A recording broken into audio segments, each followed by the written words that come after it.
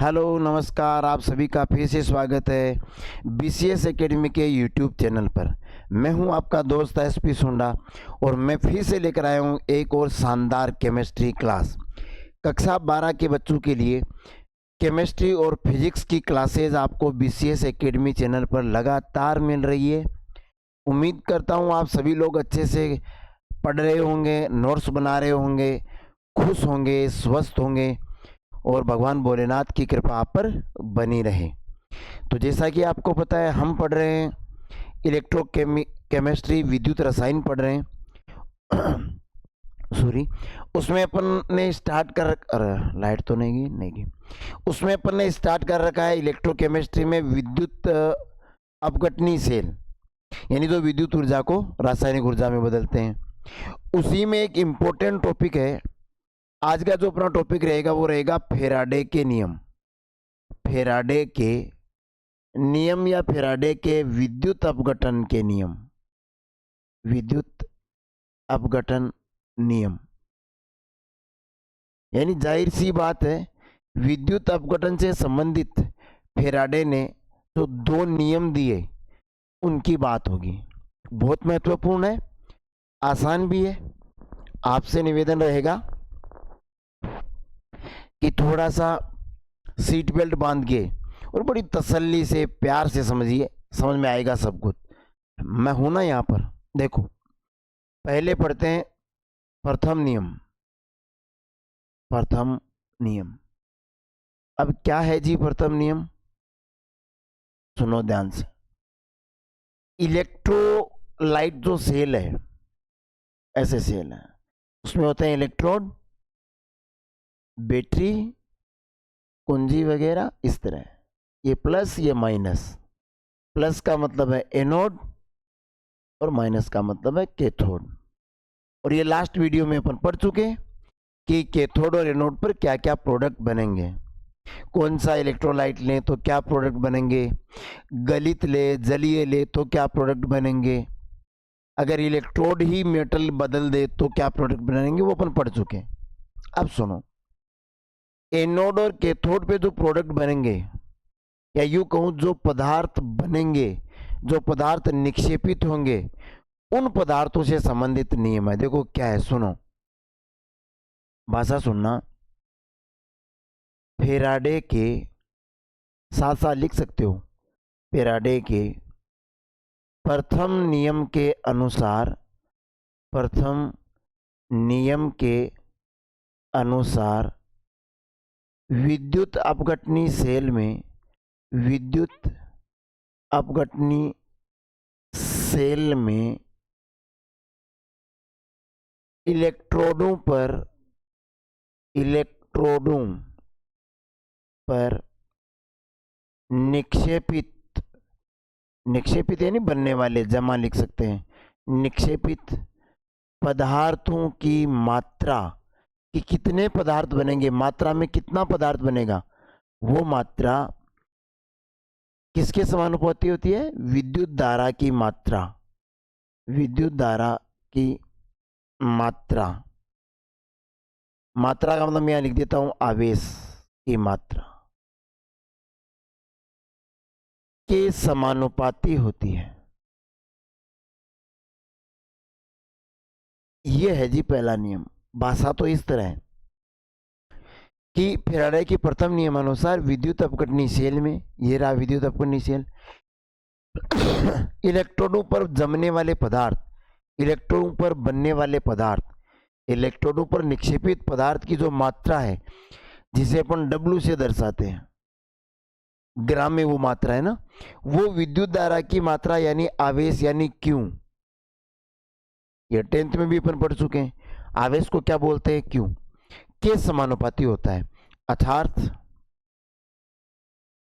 अर्थात हम बोल सकते हैं W समानुपाती Q, W समानुपाती Q, ऐसे। प्रथम नियम, फेराडे का प्रथम नियम कहता है कि पदार्थ की मात्रा, पदार्थ की मात्रा जिसे अपन दर्शा रहे हैं W से, वो समानुपाती है आवेश की मात्रा के, आवेश को बोलते हैं क्यू, यानी बोल सकते हैं डब्लू समानुपाती क्यू।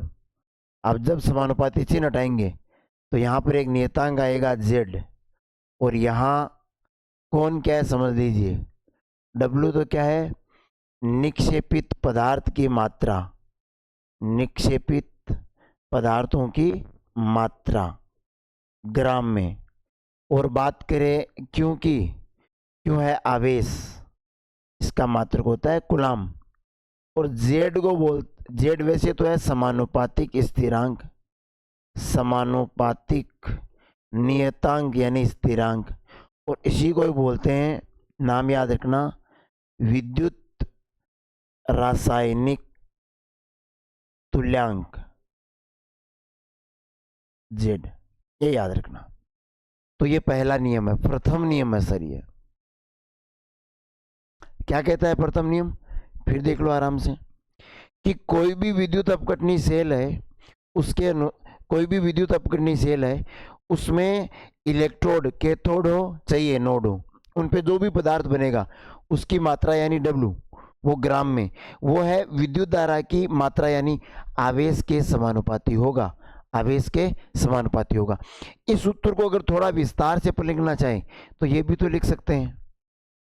हम जानते हैं, क्या जानते हैं जी, हम ये जानते हैं कि विद्युत धारा I बराबर होती है Q अपॉन T। आवेश प्रवाह की दर को विद्युत धारा कहते हैं। विद्युत धारा का सूत्र होता है I बराबर Q बटा T। यहाँ हमें क्या चाहिए, Q, इसलिए हम ये कह सकते हैं कि Q बराबर हो जाएगा IT, IT। अब ये वैल्यू अगर अपन यहाँ रख दें तो फॉर्मूला क्या बन जाएगा जी, फॉर्मूला बन जाएगा W बराबर ZIT। यहाँ पर Z, W क्या है, निक्षेपित पदार्थ की मात्रा, Z क्या है, रासायनिक तुल्यांक, विद्युत रासायनिक तुल्यांक, और इसमें दिख तो रहा है ना यहाँ, ठीक है। और I क्या है, विद्युत धारा, और T क्या है, समय, टाइम, टाइम होना चाहिए सेकंड में, टाइम का मात्रक सेकंड में, I का एम्पियर बोल सकते हैं, एम्पियर, और ये W है वो ग्राम में होना चाहिए। अब इसमें घुमा फिरा के अपन फॉर्मूले तो ये जी बना, जेड बराबर क्या हो जाएगा, डब्ल्यू बटा क्यू। अब न्यूमेरिकल में जो ज्ञात करना हो उसको अपन पक्षांतरण करके निकाल लेंगे, यहाँ ये चीजें रही। अब एक चीज देखो, हम यहां से बड़े देखो कि पहले नियम के अनुसार डब्ल्यू समानुपाती होता है, क्योंकि डब्ल्यू बराबर हो गया जेड क्यू। हम जानते हैं क्यों होता है आई टी, क्योंकि हम जानते हैं क्यों बराबर होता है आई टी, ये वैल्यू यहां रख दी। अब मुझे एक चीज बताओ कि W और Z का मान बराबर कब होगा, W और Z का मान बराबर कब होगा, यदि हम कहें 1 एम्पियर विद्युत धारा 1 सेकंड के लिए प्रवाहित हो रही है। अगर 1 एम्पियर धारा 1 सेकंड के लिए प्रवाहित हो रही है तो विद्युत रासायनिक तुल्यांक और W का मान क्या हो जाएगा, बराबर हो जाएगा। तो ये सर अपना पहला नियम है, अच्छे से याद कर लीजिएगा। ये था फैराडे का प्रथम नियम। अब अपन आगे बढ़ते हैं फैराडे के द्वितीय नियम की तरफ। सुनो, एक मिनट रुको, इसमें भाषा के लिए बोल रहे हैं कुछ बच्चे कि सर भाषा क्या होगी, सुनना। हम कहेंगे जेड क्या है, विद्युत रासायनिक तुल्यांक, विद्युत रासायनिक तुल्यांक यानी जेड की परिभाषा अगर हमें पूछ ले कि विद्युत रासायनिक तुल्यांक किसे कहते हैं, तो देखो जेड और डब्ल्यू बराबर कब होंगे, जब आई का मान होगा 1 एम्पियर और टी का मान होगा 1 सेकेंड। तो हम कहेंगे यदि किसी विद्युत अपघटनी सेल में, यदि किसी विद्युत अपघटनी सेल में 1 एम्पियर विद्युत धारा, कितनी, 1 एम्पियर विद्युत धारा कितनी देर के लिए, 1 सेकंड के लिए, 1 सेकंड के लिए प्रवाहित हो तो पदार्थ की मात्रा, निक्षेपित पदार्थ की मात्रा किन पे? इलेक्ट्रोड पे। निक्षेपित पदार्थ की मात्रा विद्युत रासायनिक तुल्यांक के समान होती है, ये समान होती है। इस तरह से अपन विद्युत रासायनिक तुल्यांक की परिभाषा भी दे सकते हैं जी। ठीक है, तो पहला नियम इजी है, कुछ खास है नहीं, आराम से अगर न्यूमेरिकल भी आई तो वैल्यूज पुट करके निकाल सकते हैं। W समानुपाती होता है Z के। सर Z कैसे निकालते हैं? अगले नियम में अभी Z भी क्लियर कर ही देंगे आपका। देखिए अब है फैराडे का द्वितीय नियम। फैराडे का द्वितीय नियम, ये थोड़ा सा ध्यान देना, है सरल, नहीं है तो मैं बना दूंगा, SP सर है ना यहाँ, डोंट वरी। देखो अब की बार अपन क्या करेंगे, एक से अधिक विद्युत अपघटनी सेलों को आपस में जोड़ देंगे, यानी अलग अलग विद्युत अपघटे लेंगे, इसमें अलग विद्युत अपघटे लेंगे, इसमें अलग विद्युत अपघटे लेंगे, इस पात्र में अलग विद्युत अपघटे लेंगे। देखो ऐसा इलेक्ट्रोड है सर, इनको आपस में से जोड़ देंगे जी, और ऐसे जोड़ के स्विच वगैरह लगा के और बैटरी से जोड़ देंगे। ये क्या है? प्लस, तो ये है प्लस, ये माइनस, ये प्लस, ये माइनस, ये प्लस, ये माइनस, ये माइनस। अपन ने एक से अधिक विद्युत अपघटनी सेलों को श्रेणी क्रम में जोड़ दिया है। अब ये कह रहा है कि देखो प्रथम नियम के अनुसार अपन क्या कहेंगे जी, प्रथम नियम के अनुसार हम क्या कहेंगे कि W समानुपाती होगा Z के। अब W क्या है? इलेक्ट्रोड पर निक्षेपित पदार्थ की मात्रा। अब इसमें कंडीशन सुनना, विद्युत धारा का मान समान है, विद्युत धारा का मान समान है, पहली बात। दूसरी बात, समान समय के लिए है, यानी विद्युत धारा अगर गुजारेंगे तो सेम टाइम के लिए गुजर रही है। जैसे स्विच ऑन करेंगे तो 5 मिनट ऑन रखोगे तो तीनों में 5 मिनट विद्युत धारा रहेगी, तो समय समान है। और बैटरी एक ही जोड़ी हुई है, तीनों से सेम बैटरी जोड़ी हुई है, 10 वोल्ट 20 वोल्ट जो भी है, तो विद्युत धारा का मान भी समान है। अब ये कह रहा है विद्युत धारा समान है, समय समान है, मगर विद्युत अपघटे अलग अलग है। अच्छा, इसका मतलब ये हो गया विद्युत अपघटे अलग है, तो वो जो पदार्थों की मात्रा है, क्या वो अब भी W समानुपाती Z है? तो वो तो रहेगी W समानुपाती Z, पर अलग अलग पदार्थों का रासायनिक तुल्यांक यानी Z का मान भी अलग अलग होता है, तो पदार्थों की मात्रा भी क्या होगी? अलग अलग। देखो मैं लिख देता हूं W1 समानुपाती है Z1 के, ये ऐसे तो लिखा Z1 के। अब Q की जगह मैं एक काम करता हूं, इसको लिख लेता हूं IT, ZIT। अब सुनना, विद्युत धारा समान है, T भी समान है, इनको I1 और T1 लिखने की जरूरत नहीं है, पर ये अलग अलग पदार्थों का अलग अलग होता है। तो ये समीकरण नंबर मैंने दे दी एक पहले के लिए। W2 किसके बराबर समानुपाती होगा? सॉरी सॉरी सॉरी, समानुपाती की जगह अपन बराबर लगा लेते ना।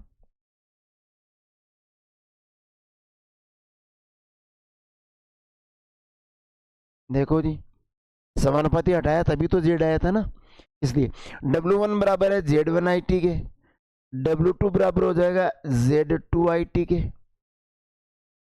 तो फिर W3 बराबर हो जाएगा Z3 IT के। इसका मतलब अगर अपन तीनों समीकरणों की तुलना करें, या यूं कहूं मैं इसको ऐसे कहूं, समीकरण 1 व समीकरण 2 से, तो ये क्या आएगा? W1 बटा W2, समीकरण 1 में 2 का भाग दे रहे हैं जी, Z1 IT बटा Z2 IT, IT से IT गया, तो ये आ गया W1 बटा W2 बराबर Z1 बटा Z2। ये लो जी, इस तरह आएगा, ये हमारे साथ बन जाएगी चीजें। अब देखो कैसे करेंगे। ये कह रहा है साहब, अपन ये कह सकते हैं ओवरऑल कि W समानुपाती होता है Z के, या यूं कहूं W बराबर होता है Z के। W किसके बराबर आ रहा है? Z के। ये लो, अब की बार निक्षेपित पदार्थ की मात्रा किसके बराबर हो जाएगी? जेड के। अब जेड क्या है जी, सुनो सर, आपने कह तो दिया यार, बार बार समानुपाती चिन्ह लग रहा है। आपने कह तो दिया W बराबर है जेड के। अब सुनो, जेड क्या है, W बराबर जेड, जेड बराबर ई बटा एफ। ई क्या है, तुल्यांकी भार। एफ क्या है, फेरड। फेरड क्या है, पढ़ चुके, बता देता हूं। बताओ, एक इलेक्ट्रॉन पर आवेश कितना होता है, एक इलेक्ट्रॉन पर आवेश कितना होता है, 1.6 गुणा 10 की घात -19 कूलम। फेरड पहले बताया है मेरा, फिर बता देता हूं। सॉरी, देखो, हाँ जी, एक इलेक्ट्रॉन पर चार्ज है 1.6 गुणा 10 की घात -19। मैं कह रहा हूं एक मोल में इलेक्ट्रॉन कितने होते हैं, अभी चार्ज नहीं कह रहा हूं, एक मोल में इलेक्ट्रॉन कितने, अवगाद्रो संख्या के बराबर, अवगाद्रो नंबर के बराबर। वो कितना होता है, 6.022 गुणा 10 की घात 23। 6.022 गुणा 10 की घात 23। अच्छा, अगर एक मोल में इतने इलेक्ट्रॉन है तो एक मोल इलेक्ट्रॉन पर आवेश कितना होगा, एक इलेक्ट्रॉन पर तो है इतना, तो इतनों पर कितना, तो गुणा कर देते हैं। 6.022 गुणा 10 की घात 23 गुणा 1.6 गुणा 10 की घात -19, इनको अगर गुणा करते हैं तो लगभग 96,500 गुलाम। यह है एक मोल इलेक्ट्रॉन पर चार्ज, और इसी को बोलते हैं एक फेरड, एक एफ। समझ रहे हो, तो एक फेरड यानी एफ की वैल्यू हम न्यूमेरिकल करेंगे तब कितनी रख देंगे, 96,500 गुलाम। सर अभी हमें तुल्यांकी बार निकालना नहीं आता, तो जेड निकालने के लिए ई बटा एफ लगाना है। एफ तो सर आपने बता दिया 96,500। ई की वैल्यू कैसे निकालें, चलो वो भी बता देता हूं। तुल्यांकी भार ई बराबर निकाला जाता है मोलिकुलर मास, यानी अणुभार में भाग दे देना है आवेश का। आवेश, आवेश को मैं बोल देता हूं इलेक्ट्रॉन की संख्या, कितने इलेक्ट्रॉन ऑक्सीडेशन में या रिडक्शन में चेंज हो रहे हैं एक इलेक्ट्रोड से दूसरे इलेक्ट्रोड की तरफ, या कहूं कितने इलेक्ट्रॉन ग्रहण करके कोई अपचयित हो रहा है या कितने इलेक्ट्रॉन त्यागे जा रहे हैं। वो जो सेल में इलेक्ट्रॉनों का आदान प्रदान होता है ना, उनकी संख्या। जैसे अपन बात करें जिंक की, तो जिंक Zn2+ में बदलता है, कितने इलेक्ट्रॉन, 2 इलेक्ट्रॉन।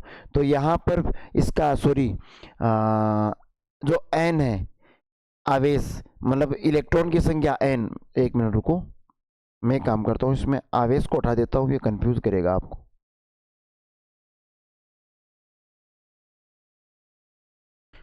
आप एक काम करो, यहाँ एन लिख लो। इस एन का मतलब है इलेक्ट्रॉन की संख्या, चार्ज जो ट्रांसफर होगा। तो जैसे जिंक धातु की बात कर रहा है ये सारा, अगर न्यूमेरिकल जिंक के लिए आया तो एन की वैल्यू कितना रखेंगे, 2। और यहाँ ऊपर क्या रखेंगे, जिंक का मोलिकुलर मास। कॉपर आया तो कॉपर का मोलिकुलर मास बटा 2, क्योंकि कॉपर भी तो ऐसे ही जाता है, Cu2+ 2 इलेक्ट्रॉन ग्रहण करने में मान लो Cu बना लेता है, या यूं मान लो कॉपर 2 इलेक्ट्रॉन त्याग देता है, तो इलेक्ट्रॉन तो 2 ही हुए ना, तो वो ये रख देंगे। इस प्रकार अपन किसकी वैल्यू निकाल लेंगे, जेड की, और जेड की वैल्यू आएगी तो किसके बराबर होगा, डब्ल्यू के। भाषा क्या देंगे, देखो, फेराडे के द्वितीय नियम के अनुसार, फेराडे के द्वितीय नियम के अनुसार यदि एक से अधिक विद्युत अपघटनी सेलों को श्रेणी क्रम में जोड़कर समान समय के लिए समान विद्युत धारा प्रवाहित की जाए तो इलेक्ट्रोडों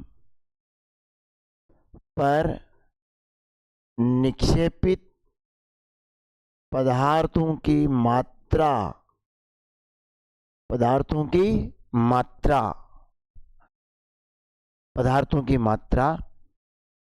विद्युत और भाई पदार्थों की मात्रा विद्युत अपघट्यों के विद्युत रासायनिक तुल्यांक यानी Z के समानुपाती होती है, ये बराबर होती है। ये है जी फैराडे का द्वितीय नियम। तो उम्मीद करता हूं आपको आज का जो वीडियो है वो अच्छा लगा होगा, समझ में भी आया होगा। बेहद आसान भाषा में अपन ने पढ़े हैं फैराडे के दोनों नियम,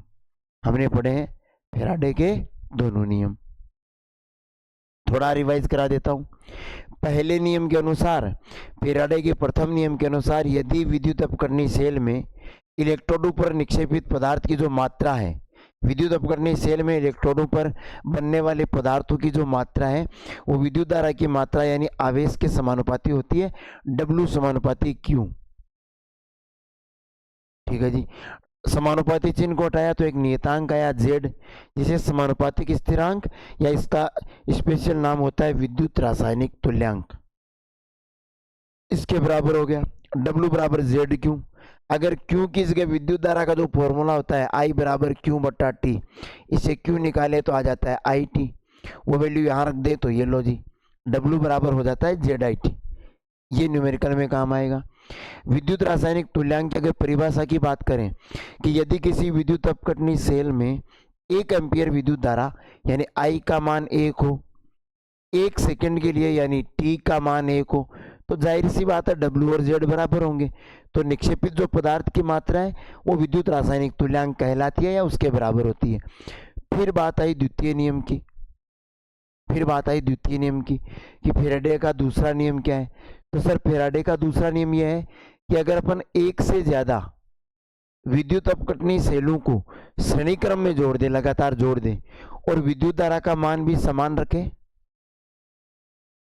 और समान समय के लिए प्रवाहित करें, तो जो पदार्थों की मात्रा है, इलेक्ट्रॉनों पर कितना पदार्थ जमेगा वो डिपेंड करेगा इन इलेक्ट्रोडों के Z पर, विद्युत रासायनिक तुल्यांक पर निर्भर करेगा।